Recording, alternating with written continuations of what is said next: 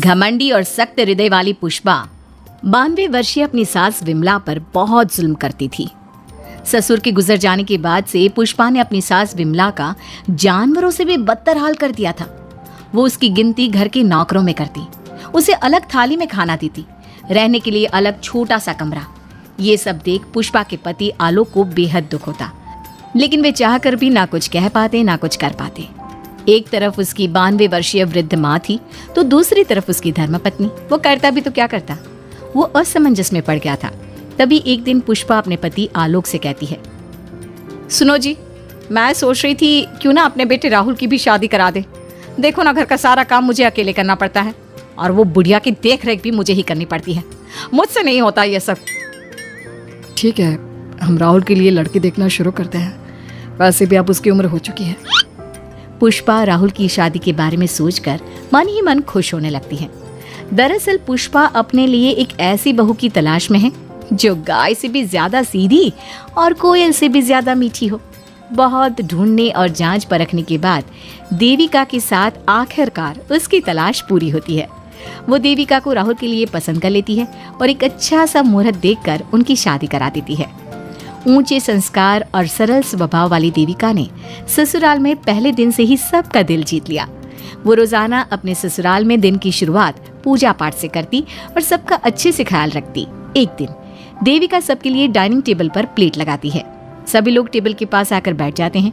देविका अपनी दादी सास का भी हाथ पकड़कर उन्हें डाइनिंग टेबल पर बिठाती है और उन्हें खाना परोस ही रही होती है कि पुष्पा उसे रोक लेती है। ठहरो देविका। क्या हुआ मम्मी जी? देविका, तुम इस घर में नई हो इसलिए शायद तुम्हें पता नहीं, तुम्हारी दादी सास के लिए अलग थाली है, वो इस थाली में नहीं खाती। देविका मुड़कर विमला की तरफ देखती है और फिर अपनी सास पुष्पा से प्रश्न करती है, लेकिन मम्मी जी, रसोई में तो यही प्लेट थी। तुम यहीं ठहरो, मैं इनके लिए प्लेट लेकर आती हूँ। पुष्पा रसोई में किसी कूड़ेदान की तरह पड़ी प्लास्टिक की प्लेट लेकर आती है और उसी में विमला के लिए खाना लगाती है। जब ये सब देविका देखती है तो वो आश्चर्य में पड़ जाती है और फौरन उठकर रसोई घर से दूसरी प्लास्टिक की प्लेट भी ले आती है। अरे बेटा, ये दूसरी थाली तो किसके लिए लाई है? देविका मासूमियत के साथ जवाब देती है, आपके लिए मम्मी जी। हाँ, मेरे लिए? पर क्यों? माँ जी, जब आपने अपनी सास यानी मेरी दादी सास को प्लास्टिक की प्लेट में खाना लगाया तो मैं समझ गई कि यह जरूर आपके घर की कोई परंपरा होगी, इसलिए मैं आपके लिए भी ये प्लास्टिक की प्लेट ले आई। अब आप अपनी सास के लिए इस प्लेट में खाना लगा दीजिए और मैं अपनी सास के लिए इसमें खाना लगा देती हूँ। देविका की बातों से पुष्पा हैरान हो जाती है।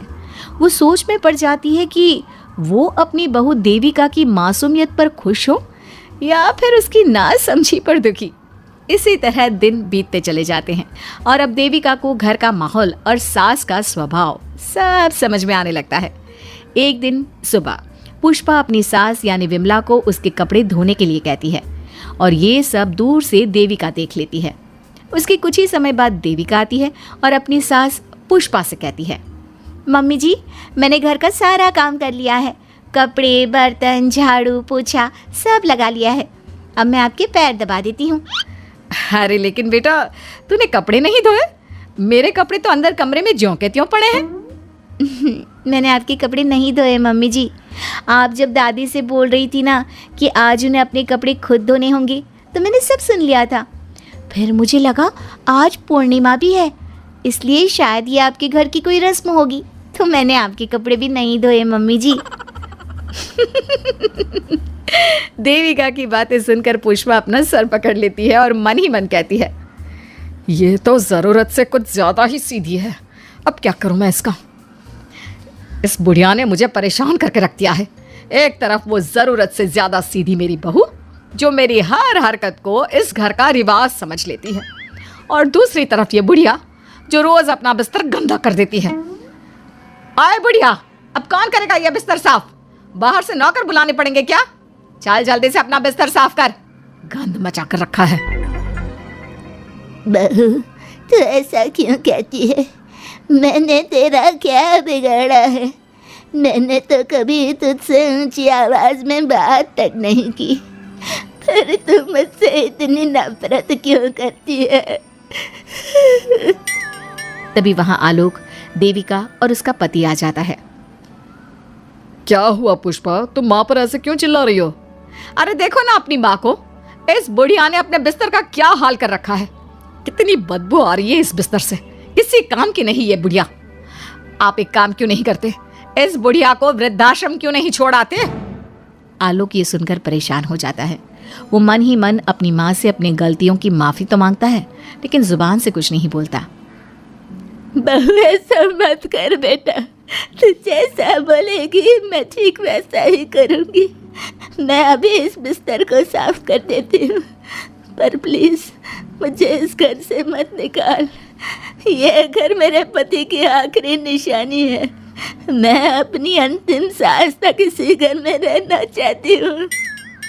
माँ जी, दादी सास का बिस्तर मैं साफ कर दूंगी और अब से आपको कोई शिकायत का मौका भी नहीं दूंगी। आप प्लीज दादी को वृद्धाश्रम मत भेजिए। हाँ माँ, दादी को रहने दीजिए ना यहीं पर, उनके बिना ये घर बिल्कुल अच्छा नहीं लगेगा। देखो बेटा, इनका जाना जरूरी है, अब इनकी उम्र हो चुकी है, इसलिए अब इन्हें अपनी बाकी की जिंदगी वहीं बितानी पड़ेगी। इतने में देविका वहां से चली जाती है और कुछ ही मिनट बाद एक बड़ा सा बैग लेकर वहां पहुंच जाती है। देविका के हाथ में बैग देखकर सब अचंभे में पड़ जाते हैं। अरे देविका, तुम ये बैग कहाँ से लाई? तुम कहीं जा रही हो क्या? माँ जी ने अभी तो बोला थोड़ी देर पहले कि अब उनकी सास बूढ़ी हो चुकी हैं और उनकी असली जगह वृद्धाश्रम में ही है, तो मैं ये दूसरा बैग उनके लिए भी ले आई। वो क्या है ना, उम्र तो अब मम्मी जी की भी हो चुकी है, कल तो जाना ही है, इससे अच्छा अभी चली जाएंगी तो दादी सास को भी एक सहारा मिल जाएगा। क्या? क्यों बहू, तुम मुझे वृद्धाश्रम भेजेगी हैं अपनी सास को?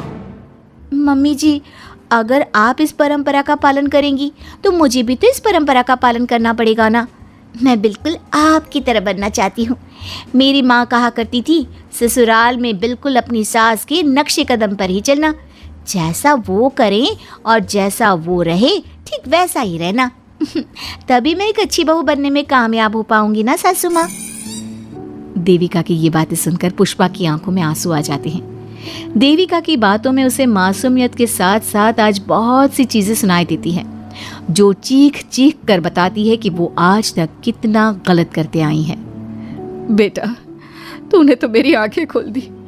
अपने ससुर के देहांत के बाद मैंने न जाने अपनी सास पर कितने अत्याचार किए, उन्हें कितना जलील किया, खरी खोटी सुनाई। आज अगर तू नहीं होती तो मुझे कभी अपनी गलतियों का एहसास तक नहीं होता। देर से ही सही आपको अच्छे बुरे का एहसास हुआ, यही बहुत बड़ी बात है। मम्मी जी, तो अब आपके सामान का क्या करना है? अरे जा जाकर इसे मेरे कमरे में रख कर आ जा। अब कोई कहीं नहीं जाएगा, सब यहीं साथ में रहेंगे। बहू, मुझे समझ में नहीं आ रहा मैं तेरा किन शब्दों में धन्यवाद कहूँ। जो चीज़ तूने 2 दिन में पुष्पा को समझा दी, वो मैं बरसों से कहने की हिम्मत तक ना कर सका। पापा जी, ज़रूरी नहीं कि हर बात कहकर भी बताई जाए, कभी कभी अपनी गलतियों का एहसास कराना भी ज़रूरी होता है।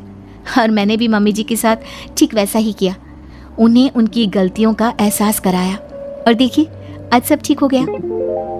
सच में देविका, तुमने आज हम सबको बहुत बड़ी सीख दी है।